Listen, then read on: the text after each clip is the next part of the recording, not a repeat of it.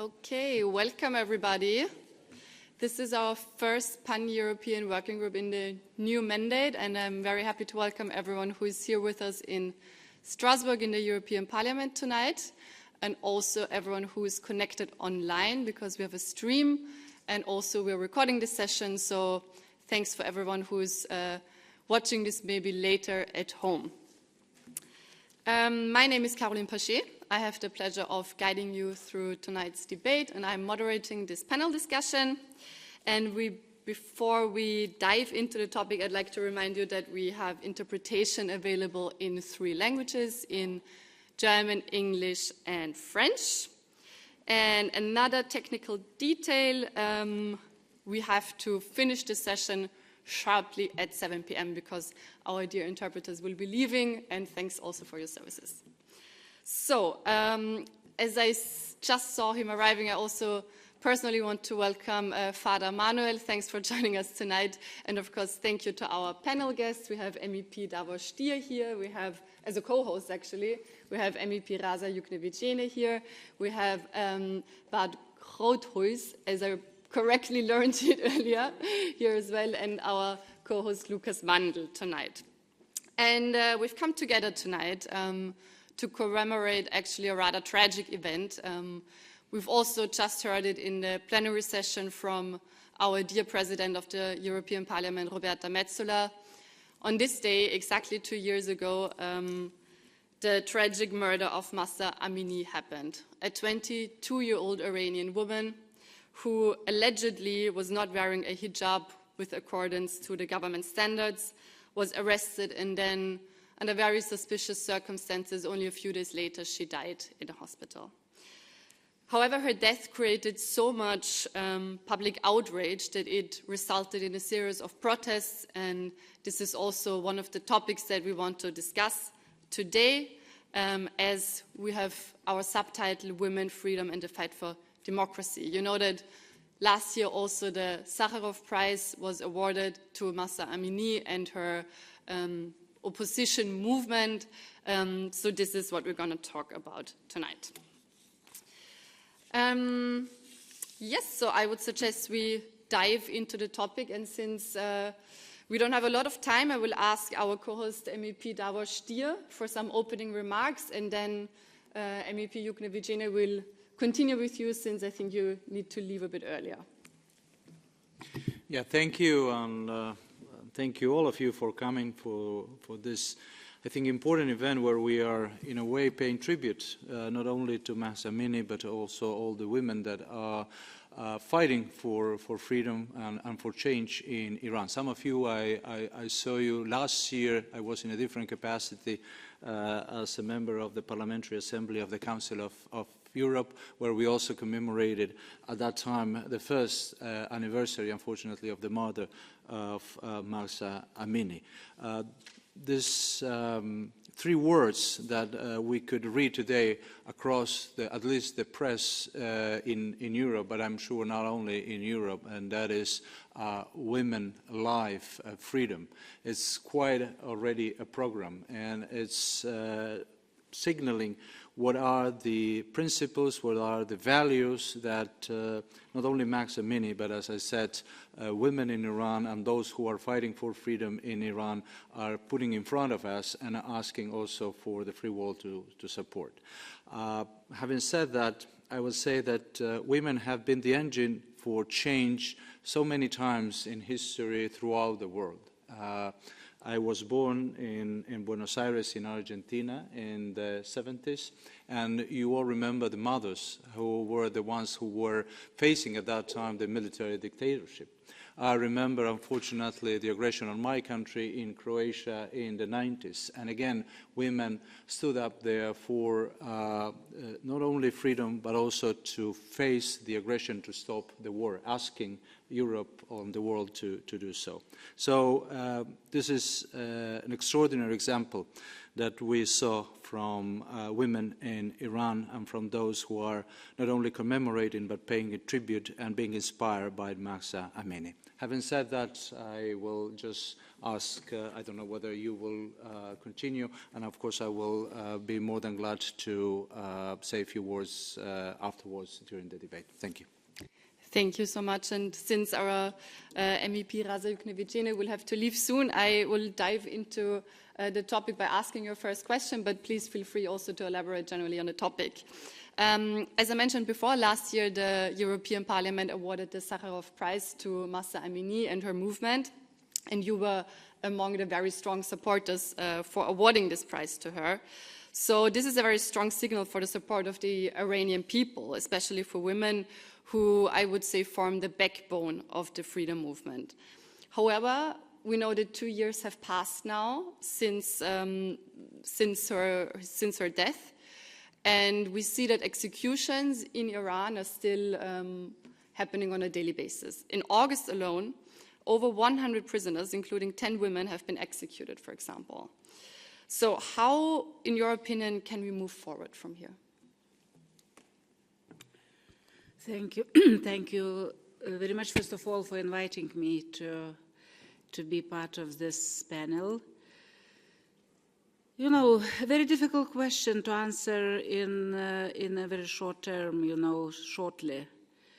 For me, this prize, Sakharov Prize for this woman was like a symbolic and very important, not only symbolic, but also the message to all women, or prize to all the women they are suffering in conflicts and especially under the totalitarian regimes.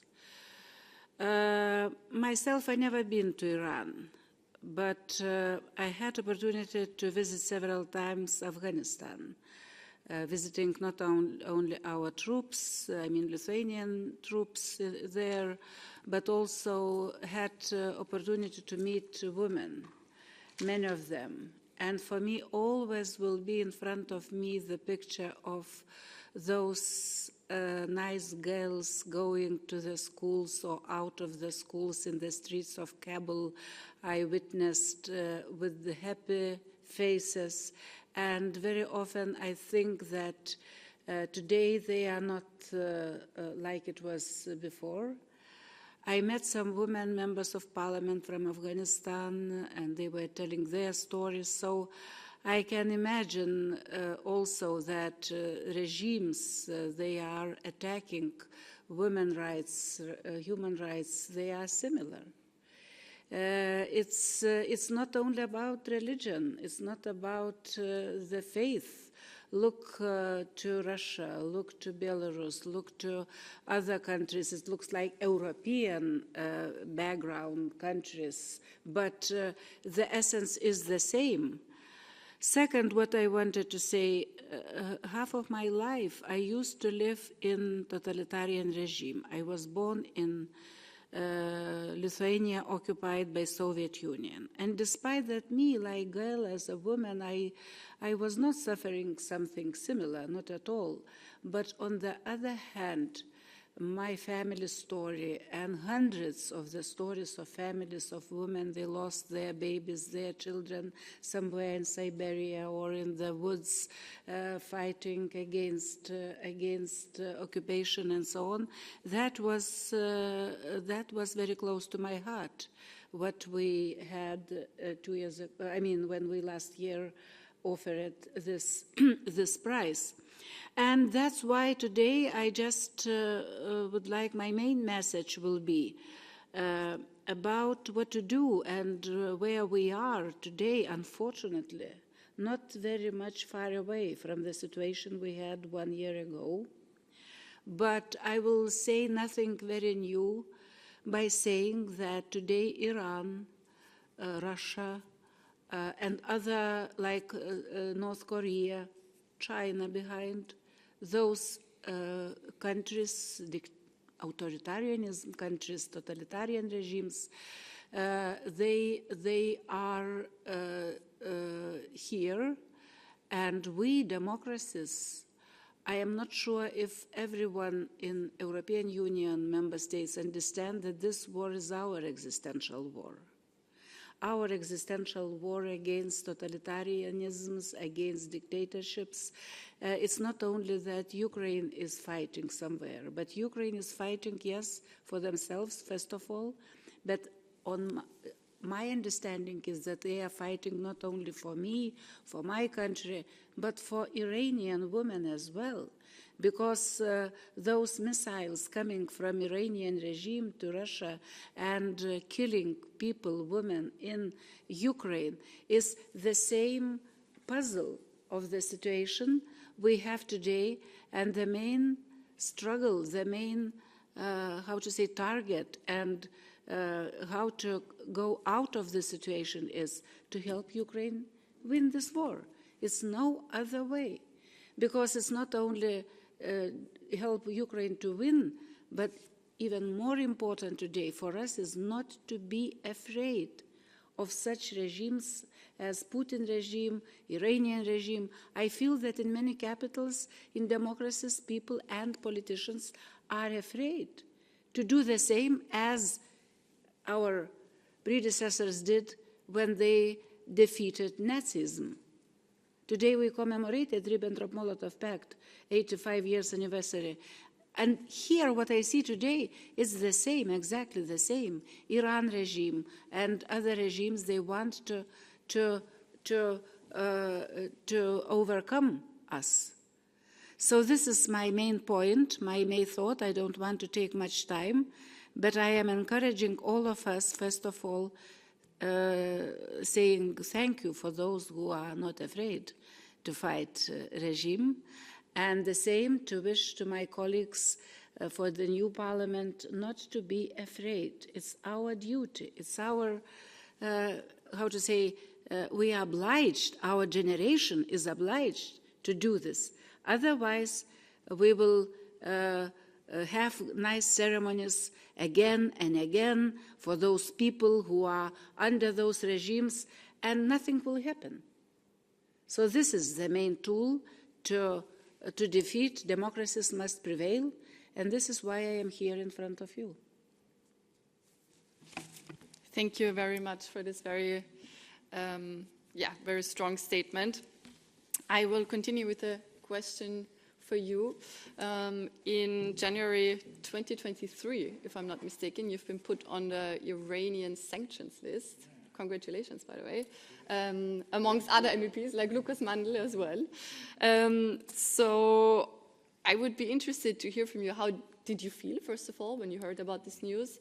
And also, does it for you mean that you did everything in the exact right way, or would you rather prefer, as some people wish for it, to have diplomatic ties with Iran and official relations, and to have a more official relationship rather than being put on the sanctions list? Well, thank you very much for that question, because it's not nothing. If an autocratic regime, the Islamic regime in Tehran, sanctions individual members of parliament, it's just to silence us. That's the only reason that they do it.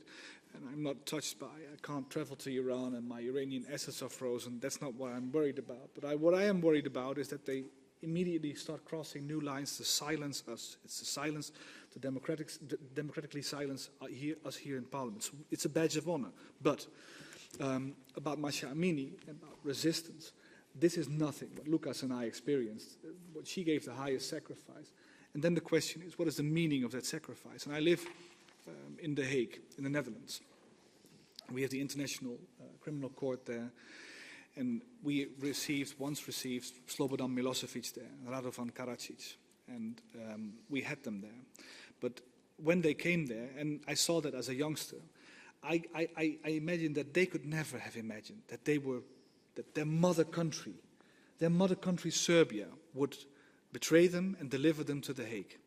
They never thought that. They thought they did the right thing for their home country. But even though they ended up in The Hague. And why did the Serbians do that? I'll come back to Iran in a minute. But why did Serbia deliver those criminals, those war criminals, to The Hague? Only one reason. They wanted to come clean with the past, and they wanted to move forward to the future. The same is happening in Iran. If you look at the inspiration of those women, they want to come clean with the past. They want an Iran that moves forward into the future, understanding life backwards, but living it forwards, Søren Kierkegaard, that's the essence of life. And they understand, that's the meaning of life, liberty, freedom. That's why Slobodan Milosevic ended up in The Hague. This is the meaning of what is happening in Iran. So when we get sanctioned, it's only a very, very, very, very minor effort in relation to what Masha Amini has done. But the biggest effort is not people being jailed. The biggest effort they can do is getting rid of the past and living towards the future. That is what the real message for the Iranian people is, and that's what we should support here as MEPs. That's what I try to do in the relation for delegation for the relations with Iran. Although I'm not welcome there anymore, I understand. Neither are they. They are not welcome here. Thank you so much, and indeed we do hope that they will not cross the line and it will only remain with frozen assets. Yeah. Important assets, I imagine. Since this is a panel discussion where we want the audience to be as much involved as possible, are there already any questions from the floor that we could take on? Maybe even online if someone is there. Please go ahead. Thank you very much. This is a very, very inspiring meeting, particularly the title. You said women, freedom, democracy. That's exactly what you explained, what the women and people of Iran have been fighting for over 4 decades. I wanted to thank you for all your efforts that you have done at the European Parliament, because it has been very important, very important to the people of Iran. You know that today we are celebrating the 2-year anniversary after what happened, which shook, the ground. The regime didn't know what to do because the protests spread through all the cities throughout Iran. A lot of lives were taken, a lot of people were arrested. Unfortunately, this is the price that has been paid in my country, Iran, but it's the continuation of the start for many years. I have with me a book. It has the names and pictures of many young generation, 18, 19, 16-year-old people who have been executed by this regime only because they wanted freedom. So the continuation of what happens in 2022 and today is part of, this struggle for freedom. The will to overthrow this regime in Iran has not stopped. If you look, there are protests in different sectors of the society. What's really interesting and very inspiring is right now in prisons for, I think, 35 weeks, every Tuesday in many prisons, in 20 prisons around the country, and it has started in the female prisons. They have started a No to Executions campaign. And this is very courageous. People who are under, torture, getting, under pressure of this regime are protesting against the death penalty. Now, what I wanted to ask you and just also to add is the fact that you know that there's a new president, a so-called president in Iran. There was 12% participation in the first round, 9% in the second round. This was a very strong message of the people of Iran saying, we don't want this regime. Now, this new president is nothing different from the last president. His policies is terrorism. His policies is to continue the nuclear deal. His policy is to export fundamentalism. What's really important from here, this House of Democracy, is that the people of Iran want the IRGC to be sanctioned. They want the IRGC to be blacklisted. And what happened here in this parliament with the unanimous call was excellent. And we hope that this can be pushed, again, so that on a higher level, the IRGC could be sanctioned, because the IRGC is responsible for everything. And on another issue, as you mentioned, executions have skyrocketed. 170 executions in the first month of this 50 days of this new president. We're talking about one public execution. She mentioned 10 women executed. Every day we wake up with 12 people executed, 6 people executed. So this is the continuation. You spoke about accountability and just recently, the UN Rapporteur for Human Rights gave out a very, very important report, an unprecedented report, a 70-page report on the 1981, 1982, and 1988 executions, and linked it to what's going on today. Why? Because those in charge of these executions, the 1988 massacre of 30,000 political, those people in charge of those executions are still in the highest positions right now. Raisi, who died, was one of the 4-man judges that gave down death sentences to 30,000 political prisoners. So I wanted to ask you 2 things. One is what do you see, what can be done to push for the IRGC to be really sanctioned on the EU level, and what can you do as at the European Parliament? And also I wanted to ask you to the policy, the right policy in the EU, which you mentioned should be firmness, and what can you do on your level, and also to please support the political prisoners in their No to Execution campaign, which Mr. Mandl has joined a vast number of UN rapporteurs and very important people from all over the world. Thank you. Thank you so much also for all the very relevant information, and indeed we've all heard it in the news that we thought the new president was a little bit more moderate, but happy to discuss that. Since I just saw her walking in, I'd like to also officially welcome Ambassador Aloysia Bergetter. And maybe, if it's okay with you, we'll start with Lukas Mandl answering, since you haven't said anything yet on the 2 questions, what to do in order to push for the IRGC to be put on the EU sanction list and the right EU policy. And then we can pass on. Thank you very much. Thanks to all of you for joining, and thanks for all the inspirational remarks that were already given, also by Rasa Jukneviciene, who had already to leave.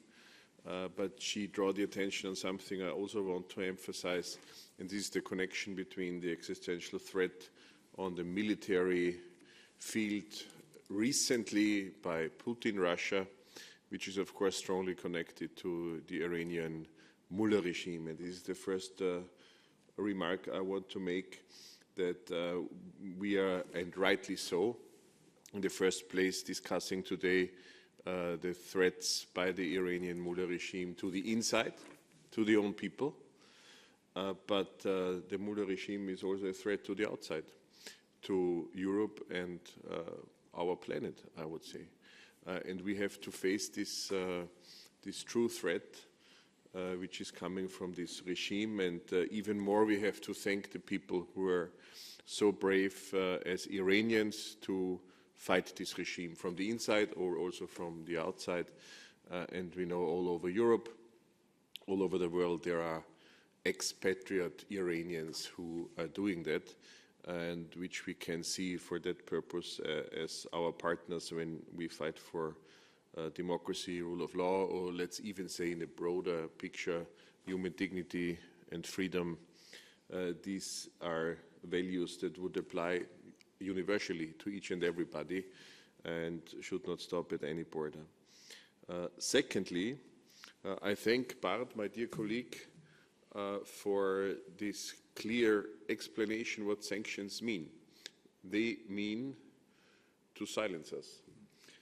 And to be frank, a bit like you, we never spoke about it before. When people confront me in discussions with the matter of fact that I would be sanctioned by the Iranian regime, I tend to be kidding about my assets in Iran, which do not exist at all. But to be kidding about that is also my way to deal with it and to cope with it, because we will not be silenced, not you, not me. It's easy for us to say. You also mentioned that it's by far not so easy for Iranians, and especially not for Iranians who live in their country. But thank you for this remark, because this is maybe the briefest possible explanation for what it means. The idea is to silence us, which will not happen with parliamentarians on European level. Third point I wanted to say is appeasement never has worked in history. I mean, I was traveling today, as all of us, pretty long, longer than usually, but for the major part with a colleague from the Social Democratic group here in the House. And he mentioned he would have visited Normandy in summer. And he immediately said, if Americans would have decided that time not to do anything to liberate Europe, Europe would not have been liberated. From outside, by the way. Didn't happen from inside. It happened from outside. And I then made the remark on this famous movie a few years ago. It came out on Churchill's activities. Winston Churchill, The Darkest Hour was the name of the movie. So history gives us the lesson that appeasement never worked. And still, and this is also what Rasa remarked today, still officials are trying to go the way of appeasement. And I mean, as a human, there is a part of understanding for me. I mean, especially as a human born and raised in democracy and in a rule of law-based system, you would usually tend to find a way to get along with somebody. But this is not the way despotic regimes work. And this is why we have to remember the threat to the outside, the lies, how the regime is dealing with human life to the inside, and so on. And my last remark would be, when Masha Amini was awarded posthum with the Sakharov Prize last year, and we are talking about her example today. Of course, she is meant, I mean, she's personally, individually meant, but also hundreds and thousands and rather tens of thousands or more female and maybe also male heroes which remain anonymous. Not all of them remain anonymous thanks to the book and thanks to, let's say, how you reveal their example, but many will remain anonymous. And they are also there, and they are also heroes, and they are also meant with the Sakharov Prize of the European Parliament and with our appreciation for this fight from the inside against this mullah regime, not because we want to fight, but because dignity and freedom is something that applies to each and every human being, also to people in Iran. And of course, we have to avoid these threats against our civilization. So that's why I'm grateful that we have this cross-party discussion also today in the European Parliament, the good connection with the Iranian diaspora all over Europe and also in Brussels and also in Strasbourg, and also a clear message, especially on this very day, the anniversary of this murder against Masha Amini. Yeah, well, from my side to answer, or at least try to give some sort of thinking that could be an answer to your question, I will raise just 3 points very briefly. First, I think it's important to be united when we are talking about sanctions, not only across different groups, not only to show solidarity, but also when it comes to a more geopolitical thinking, not to have countries in the EU try to take advantage to the expense of a united position. And this message of unity in trying to pursue a coherent policy, I would just add also a very close coordination with our Western allies. I think that this is also extremely important. So, again, I think that is giving some coherence and then effectiveness to any policies that could be envisaged and developed. Second, I think just to stress the importance of supporting those in Iran, outside of course, but those in Iran that are fighting for freedom. There are ways how to do it, and it's probably not here the best place to explain it, but there are ways, and I think that this is still important to know, for them to know that they are not alone, for them to know that there are those who also share their views and values, and they struggle for freedom. And then a third, probably more problematic, but I will still, as a former diplomat, advocate for it, and it's to keep the dialogue when that is possible and effective. I have met Javad Zarif when he was foreign minister. I was foreign minister at that time of Croatia. And of course, you can just confront different positions or try to find some areas where you can at least see some advantage for a right cause. He is not a foreign minister anymore. He is not vice president anymore. He resigned just because he was not, he disagreed with President Pezeshkian on many issues, including the representation of women in the government structures. Whether that is, you know, the situation or not is hard for me to say exactly, but I think that it makes us, as it's important to keep our unity here in the EU.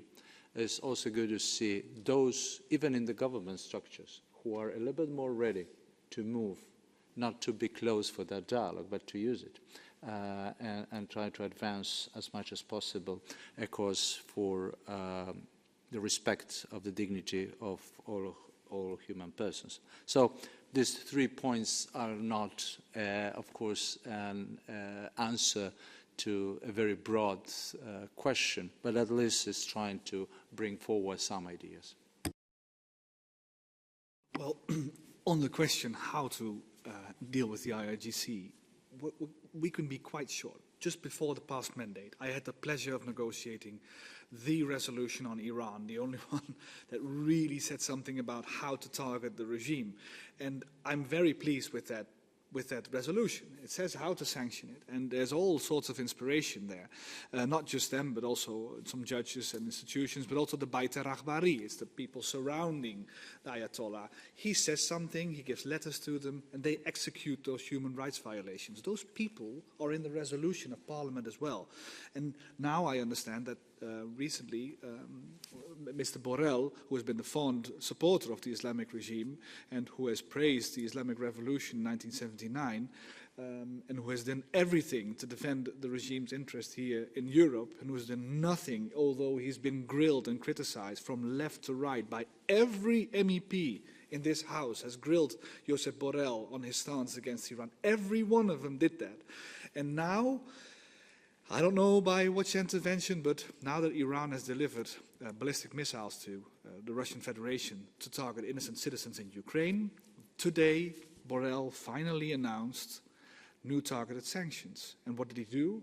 It's out today, it's been just released about an hour ago, on judges, on the IRGC, members of the IRGC, etc., and on people executing human rights violations. So we gave him the inspiration here in Parliament. I think that we should be really glad with that, because he obstructed every form of pressure against that regime. And now, today is a very big day. Just an hour ago, he announced it. And you know what he also announced? He said, we are currently also discussing with member states on putting the entire IRGC as an institution on our targeted sanctions list, which is good news, because, just to mention one fact, MI5, the British Internal Security Service, has called the IRGC the biggest national security threat to the UK.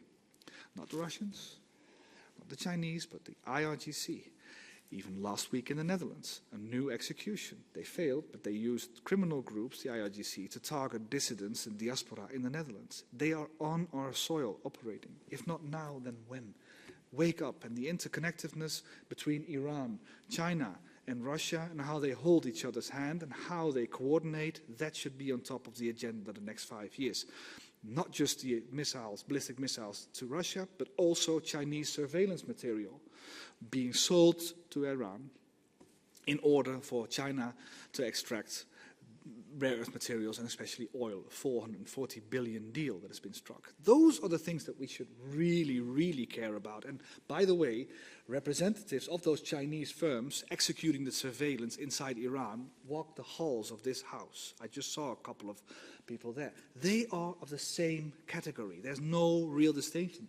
And China, Russia, and Iran, those autocratic states, we should have specific policies for in the European Union. We are country agnostic at this time, but there are objective criteria we could mention to say these are problems we have, these are countries we have problems with, and we are open and free for trade and for exchange and for student exchange and hard and software exchange, but not for those 3 countries.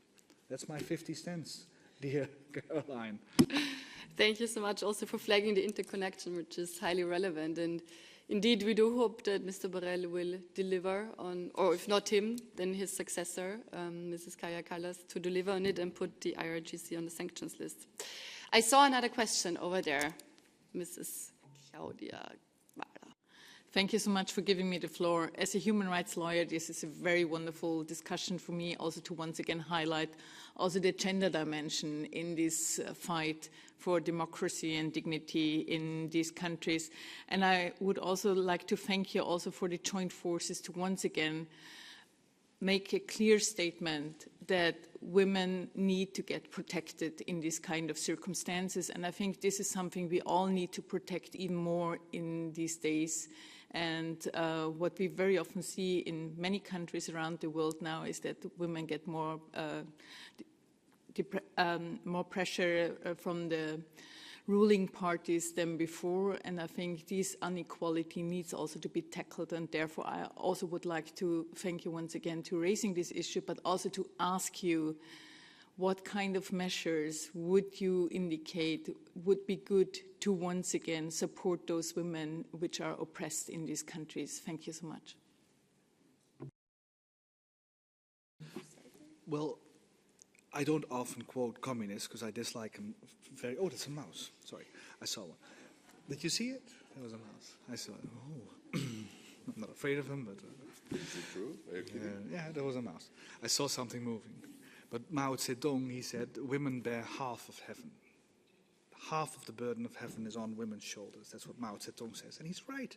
And we should therefore reach out to women, because women often pass through activism, but also ideology. They pass through cultural values. And that's why the female line in oppressed countries is far more important than the male line. Because the father, you know, how is religion passed on in families? Often through the female line, right? That's the matriarchal line. So it's very important to support them, and also from here, from the European Parliament, and that they know they have support. I raised a lot Johan Floderus. He was a Swedish diplomat. He was in custody and in prison in Tehran. And I mentioned his case here, and he sent me an email last week. You know that. And he said that you raised my name here in front of the people in Strasbourg for everyone to see. It gives me courage to continue what I was working on. He stopped his hunger strike, and he continued his mental strength inside prison. The mental strength of the Iranian women is equally important, so we should raise these issues in Parliament as often as we can. I think that's the best that we can do.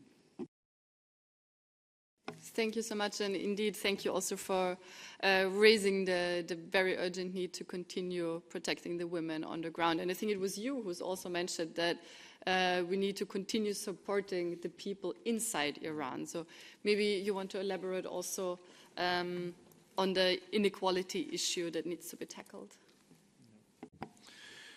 Well, of course, I think that when it comes to supporting not only women, but supporting all those forces that would like to advocate a cause of democracy at the cost of freedom, we need to understand, as it has been said before, the central role of women. And they are not only the ones that are passing the values and the culture, and that is extremely important. But sometimes it is, as I mentioned in the introductory remarks, women those who are beginning the change in a society, and that's why to empower them, it's sometimes the way how you can accelerate some processes that anyhow it will happen, but it could go faster.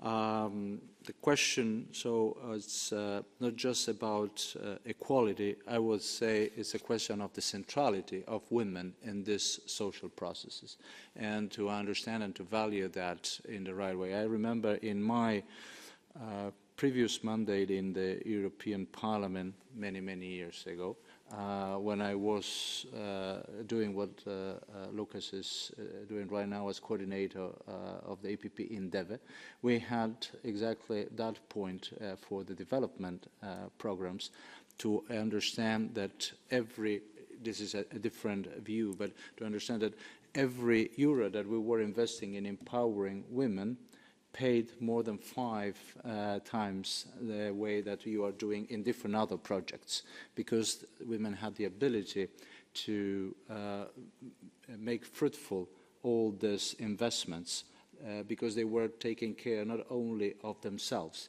but they were taking care of the family and the broader family in such a way that when they introduced certain changes, that was immediately having a bigger social effect. So I think that when it comes not only to the question of development in terms of economic standard or some social issues, but also when it comes to the cause of freedom and liberty, it's exactly the same. So I think that by empowering women in this sense, by supporting them, we can certainly advance the cause of democracy and freedom.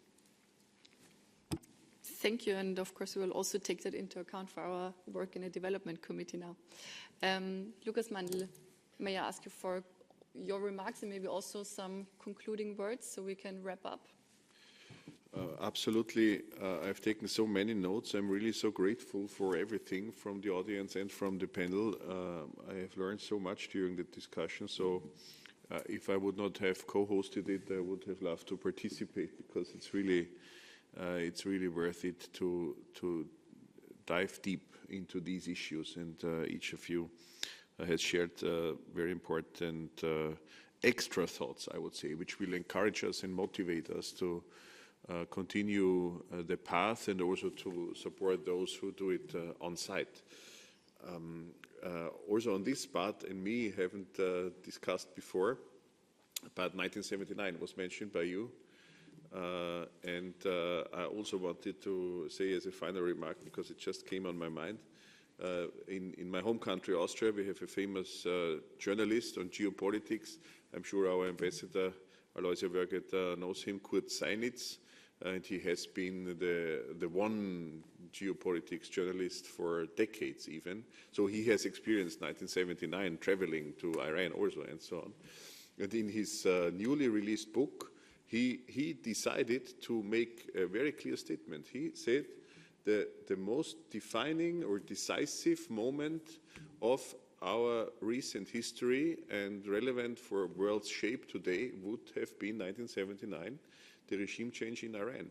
And this is something, if somebody who is, let's say, very well aware over decades and have experienced a lot, and of course, I mean, Croatia is in the EU today, Austria is in the EU today, a lot has changed, former Yugoslavia, for us Europeans, German reunification, and so on. But let's say, when somebody like this journalist comes to the conclusion the most decisive event would have been this, it tells us a lot. And maybe it also strengthens our understanding why UK would define not this or that, which would come on our mind maybe on a daily basis, but the Islamic Revolutionary Guards as the biggest threat. Then we see the connection of things, and we see each step we take into the direction of let's say, working for freedom for the Iranians is worth it. And this is also why I highly appreciate and I'm thankful for today's discussion. Thank you very much to all of you and also our guests and everyone who listened online. And we're happy to welcome you again in this very room on October 7th for the next Pan-European Working Group. Wish you a nice evening.